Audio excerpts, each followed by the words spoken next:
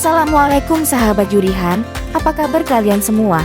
Semoga kita selalu dalam lindungannya, dimurahkan rezekinya, dipermudah segala urusannya. Amin Allahumma amin.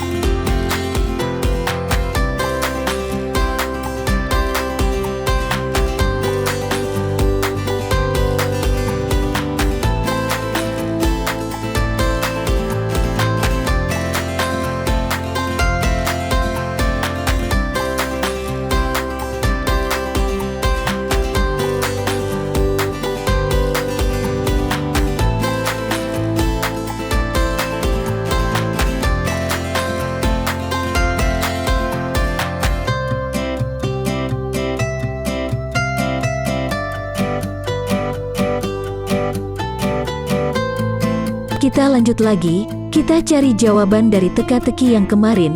Pada bab ini, Nisa akan mendapat sebuah kejutan. Apa kejutan itu, dan apa jawaban dari teka-teki itu?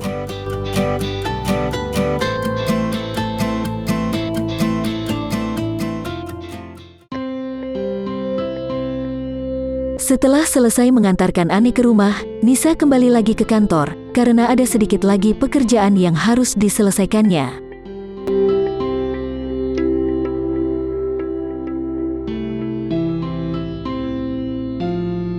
Nek, ini kunci rumahku. Jangan buka pintu jika ada orang yang tidak kamu kenal. Belakangan ini, di daerah sini sedikit rawan. Jadi waspadalah, ucap Nisa mengingatkan Ane yang hanya diturunkannya di depan rumah. Insya Allah, semuanya akan baik-baik saja. Dan kamu juga hati-hati nyetirnya, jangan ngebut, pesan Ane pada Nisa. Nisa pun langsung ngacir dari pandangan Ane, begitu pula Ane, segera masuk ke dalam rumah dan mengunci pintunya rapat-rapat. Kemudian ia melangkah menuju kamar. Sesampainya di kamar, ia menggantungkan tas sandangnya di atas kursi belajar Nisa. Kemudian melepaskan hijabnya, lalu mencuci wajahnya sebelum ia membaringkan tubuhnya di tempat tidur. Sambil berbaring, ia kembali teringat dengan suasana pondok yang baru saja dikunjunginya.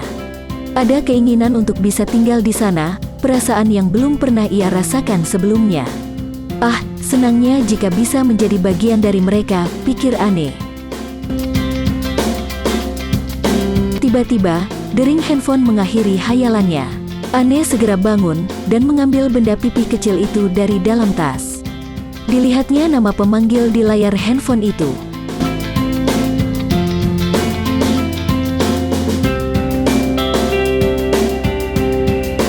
Halo, Assalamualaikum Syah, sapa Ane dengan suara datar. Halo Aneku sayang, gimana, masih aman kan? Tanya Tasya dari seberang memastikan keamanan dirinya dari sang papa. Kamu tega ya Syah? Kamu udah bohongi aku yang berusaha menutupi kelakuan kamu dari Om Ridwan. Tapi ternyata, kamu sanggup berbuat curang seperti ini. Aku menyesal Syah, sesal. Ane merasa sangat kecewa. Ane, kamu kira aku main-main dengan mengatakan aku ikutan lomba? Kamu kira aku ini apa? Cewek murahan gitu, pekik Tasya dari jauh. Ane hanya terdiam. Sudahlah, pokoknya, Papa nggak boleh tahu rahasia kita. Aku mau semuanya aman sampai aku selesai besok. Titik. Ketus Tasya langsung menutup handphonenya.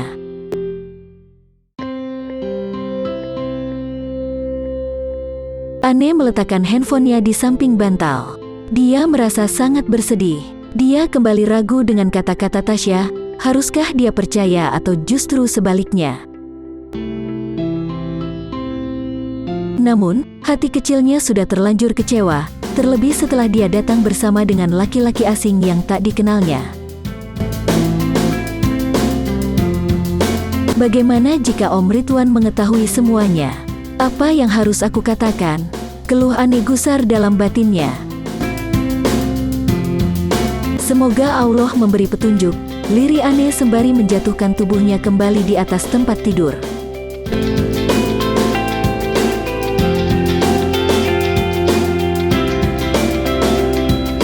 Lama-kelamaan, matanya terpejam dan lelap pun menghampirinya tanpa ia sadari. Ane tersentak kaget saat suara klakson mobil Nisa beberapa kali terdengar menggugah tidurnya. Ane cepat-cepat bangun, tak lupa memakai hijabnya kembali. Segera ia melangkah keluar kamar dan membukakan pintu untuk Nisa. Astagfirullah, kenapa aku bisa ketiduran begini? Ane bergegas membuka pintu. Kemudian Nisa masuk ke rumah, setelah memarkirkan mobil ke tempat biasanya.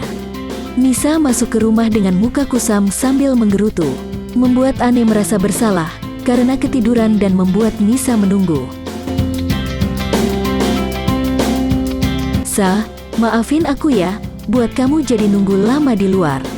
Aku nggak sengaja ketiduran tadi, ucap Ane merasa bersalah.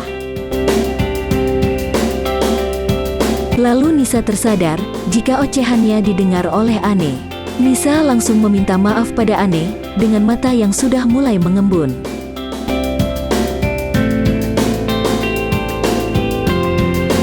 "Ne, maafin aku tidak menyalahkan kamu. Aku nggak marah sama kamu. Maafin aku ya, buat kamu jadi rasa bersalah gini. Ne, please," pinta Nisa sambil memeluk Ane dari sampingnya. "Bener kamu nggak marah sama aku," telisik Ane. Nisa menganggukkan kepalanya. "Iya bener, swear. Terus, kenapa kamu masuk rumah sambil ngedumel seperti tadi? Coba kamu ada di posisi aku, gimana nggak kesel coba? Apa yang diminta udah aku kerjakan semuanya, perfect menurut aku, tapi tetap aja masih ada yang kurang ini itu. Toh, hasilnya tetap aja seperti semula yang aku kerjakan, kesel nggak?" Ane hanya tersenyum melihat Nisa ngomel sambil jalan ke sana kemari. Saat Nisa menyadari Ane tersenyum, ia menghentikan aksinya, lalu duduk di sebelah Ane di pinggir tempat tidur.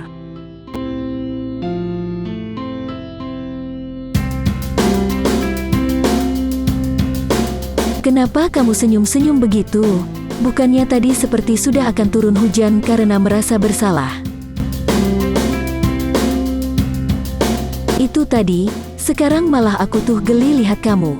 Apa nggak makin capek ngedumel sambil mondar-mandir gitu?" Nisa menautkan ujung alisnya. "Dihlasin aja, supaya semua terasa ringan, kerja nggak ya beban," nasihat Ane menenangkan sahabatnya. "Kamu nggak di posisi aku, jadi kamu nggak bisa merasakan betapa terjajahnya aku nih." "Aku ngerti, tapi," Nisa menatap serius wajah Ane, "bagaimana jika ternyata bos kamu itu naksir sama kamu?" "What, naksir sama aku?" pekik Nisa sambil tertawa terbahak-bahak. Ane menyipitkan matanya, melihat Nisa tertawa sampai terguling-guling.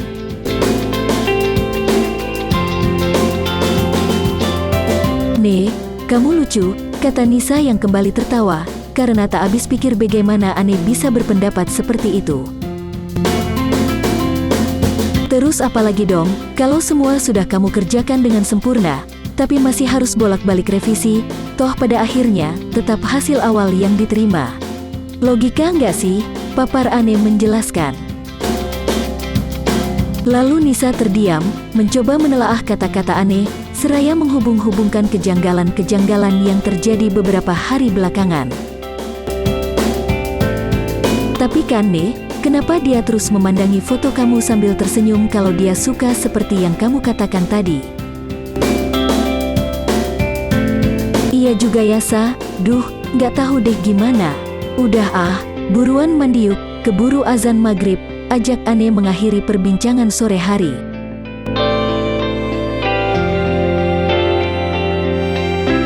Ane dan Nisa langsung bergerak ke kamar mandi. Nisa di kamar mandi belakang, sedangkan Ane tetap di kamar mandi yang ada di kamar Nisa.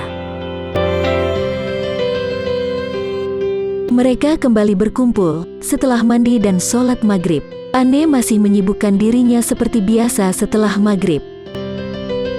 Nisa terpukau melihat Ane istiqomah dengan ritualnya setiap habis sholat 3 rakaat itu.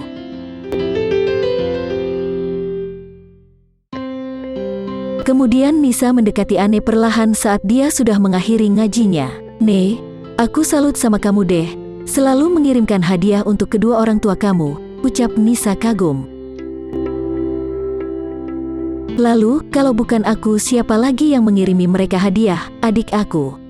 Toh dia juga ikut bersama papa dan mamaku ke surga," sahut Ane dengan senyum perih. "Maaf ya Ne, aku gak bermaksud buat kamu bersedih." "Gak apa-apa Sa, kamu harus bersyukur, masih memiliki kedua orang tua yang sangat sayang sama kamu, yang masih bisa mendoakan kamu, apalagi mama, yang doanya sangat makbul. Kamu juga masih bisa memeluk mereka jika kamu rindu, berbeda dengan aku," ungkap Ane dengan mata berkaca-kaca. Nisa hanya diam sambil mengelus pelan pundak Ane. "Aku hanya bisa memeluk mereka dalam setiap doa yang aku panjatkan. Bahkan sampai saat ini, nisan mereka pun tidak bisa aku lihat, apalagi jasad mereka. Bahkan, yang paling menyakitkan adalah ketika semua orang yang rindu dengan keluarga, teman, dan sahabat mereka yang sudah tiada, mereka bisa pergi ke makamnya untuk menabur bunga. Tapi aku tidak," lirih Ane dengan air mata yang mengalir deras. Ane mengungkapkan betapa ia sangat merindukan keluarganya yang hilang dalam kecelakaan pesawat beberapa tahun lalu. Nisa pun tak kuasa membendung air matanya yang ikut terjun bebas membasahi kedua pipinya. "Kamu boleh nangis sepuasnya Ne, supaya hati kamu plong. Dan insya Allah, aku akan selalu ada buat kamu.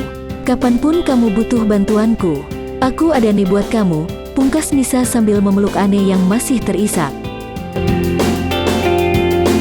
Makasih ya Sa, kamu adalah saudara terbaik yang aku punya. Terima kasih untuk semuanya. Nah, jangan pernah bilang seperti itu lagi ya. Karena sejatinya persahabatan itu adalah saat kita memberi dan tidak mengharapkan balasan, dan tertawa bersama meskipun sedang bersedih. Kamu tahu, hadiah terbesar yang pernah aku dapatkan hingga saat ini? Ane menggelengkan kepalanya pelan. "Itu kamu Nah, aku telah mendapatkan sahabat yang luar biasa. Sabar, baik, ramah, pintar dan cerdas dan tak kalah hebatnya soleha," puji Nisa pada Ane yang semakin terharu mendengar sanjungan dari Nisa.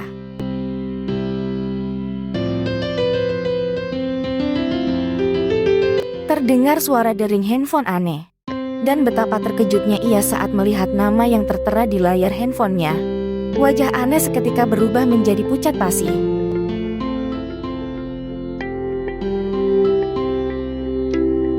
Mengapa wajah Ane pucat pasi setelah melihat nama yang ada di layar handphonenya?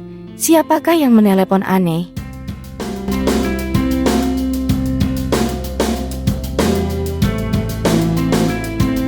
Nantikan jawabannya pada bab selanjutnya di Yurihan Outer Channel. Terima kasih sudah menonton. Jangan lupa subscribe, like, komen, dan share. Sampai jumpa. Assalamualaikum.